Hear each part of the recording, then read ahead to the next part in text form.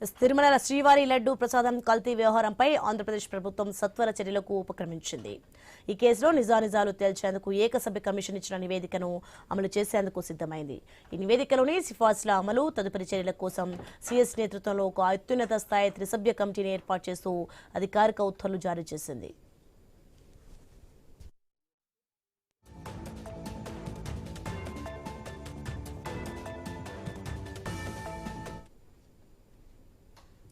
ఇక తిరుమల లడ్డు ప్రసాదం కల్తీ వ్యవహారాన్ని కూటమి ప్రభుత్వం సీరియస్ గా తీసుకుంది. దోషులకు కఠిన శిక్ష పడేలా చర్యలు తీసుకోవడానికి పాలనా యంత్రాంగంలోని అత్యున్నత అధికారులతో ఈ కమిటీ నియమించింది. ఇక ఈ త్రిసభ్య కమిటీకి చైర్మన్ గా సీఎస్ వ్యవహరిస్తారు. ఇందులో కీలక సభ్యుడిగా రాష్ట్ర డీజీపీ బాధ్యతలు తీసుకుంటారు. మెంబర్ కన్వీనర్ గా న్యాయశాఖ కార్యదర్శి వ్యవహరిస్తారు. ఏకసభ్య కమిషన్ ఇచ్చిన నివేదికను పకడ్బందీగా అమలు చేయడానికి ఈ ఉన్నత స్థాయి త్రిసభ్య కమిటీకి ప్రభుత్వం స్పష్టమైన దిశానిర్దేశం చేసింది. ఏకసభ్య కమిటీ నివేదికలోని నిర్ణయాలు, సిఫార్సులను ఈ కమిటీ ముందుగా లోతుగా అధ్యయనం చేస్తోంది. ఆ సిఫార్సులను ఆచరణాత్మకంగా ఎలా అమలు చేయాలన్న దానిపై ప్రధానంగా దృష్టి సారిస్తోంది.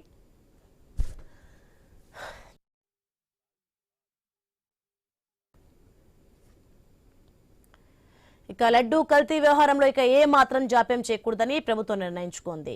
ఇక ఈ త్రిసభ్య కమిటీకి ప్రభుత్వం ఒక నిర్దిష్ట కాల పరిమితిని విధించింది.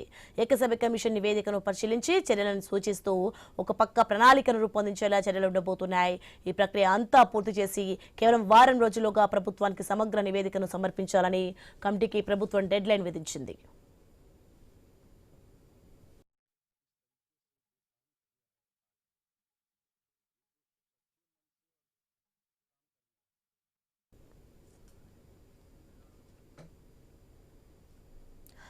తిరుమల శ్రీవారి లడ్డు ప్రసాదం కల్తీ వ్యవహారంపై ఆంధ్రప్రదేశ్ ప్రభుత్వం సత్వర చర్యలకు ఉపక్రమించింది. ఈ కేసులో నిజానిజాలు తేల్చేందుకు ఏకసభ్య కమిషన్ ఇచ్చిన నివేదికను అమలు చేసేందుకు సిద్ధమైంది. ఇదే అంశానికి సంబంధించి మరింత సమాచారం మా ప్రతినిధి గోపీనాథ్ లైవ్ లో సిద్ధంగా ఉన్నారు. గోపీనాథ్,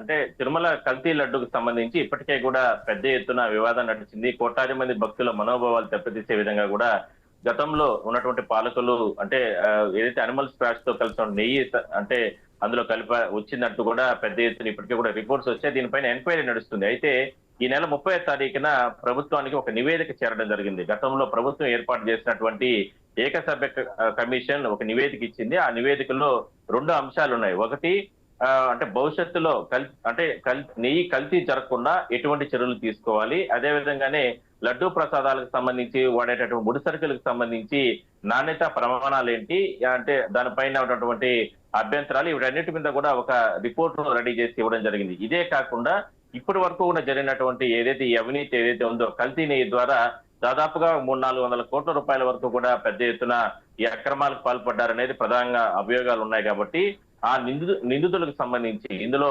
బోర్డులో ఉన్నటువంటి కీలక నేతలు ఉన్నారు, అదే విధంగానే కొంతమంది అధికారులు ఉన్నారు. మరోవైపు టీటీడీలో ఇప్పటి వరకు కూడా పనిచేస్తున్నటువంటి మరికొంతమంది అధికారులు ఉన్నారు, సిబ్బంది ఉన్నారు.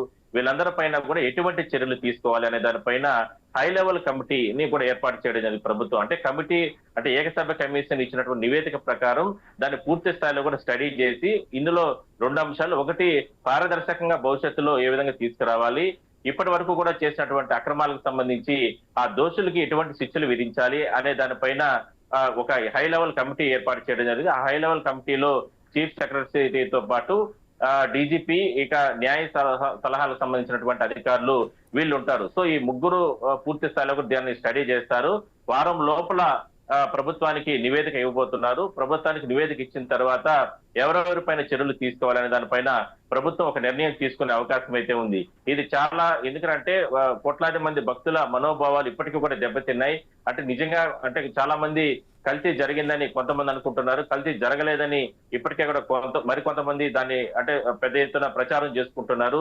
ఇది వాస్తవాలన్నింటినీ కూడా బయటికి తీసుకురావాలంటే హై లెవెల్ కమిటీ ఇచ్చేటట్టు సూచనల ప్రకారమే ప్రభుత్వం ముందడుగు వేసే అవకాశం అయితే ఉంది. ఇప్పటికే ఇది సుప్రీంకోర్టు వరకు కూడా వెళ్ళిన నేపథ్యంలో సిబిఐ దీనిపైన ఇప్పటికే కూడా గతంలో విచారణ చేయడం జరిగింది. కొన్ని రిపోర్ట్స్ అయితే ఇవ్వడం జరిగింది.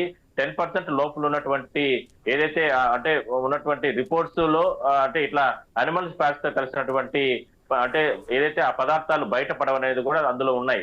అందువల్లనే పూర్తి స్థాయిలో కూడా దీన్ని దర్యాప్తు చేయాలంటే హై లెవెల్ కమిటీ ఇచ్చేటట్టు సూచనల ప్రకారమే ముందుకెళ్లే అవకాశం అయితే ఉంటుంది. దీనిపైన ఇప్పటికే హై లెవెల్ కమిటీ ఇప్పటికే ఆదేశాలు ఇచ్చినట్టు, అంటే ప్రభుత్వ ఆదేశాల ప్రకారం రంగంలో దిగింది. పూర్తి స్థాయిలో కూడా దాన్ని స్టడీ చేస్తున్నారు. రాబోయే రోజుల్లో దీనిపైన కఠిన చర్యలు అయితే ఖచ్చితంగా ఉండబోతున్నాయి. సోని. Right, thanks.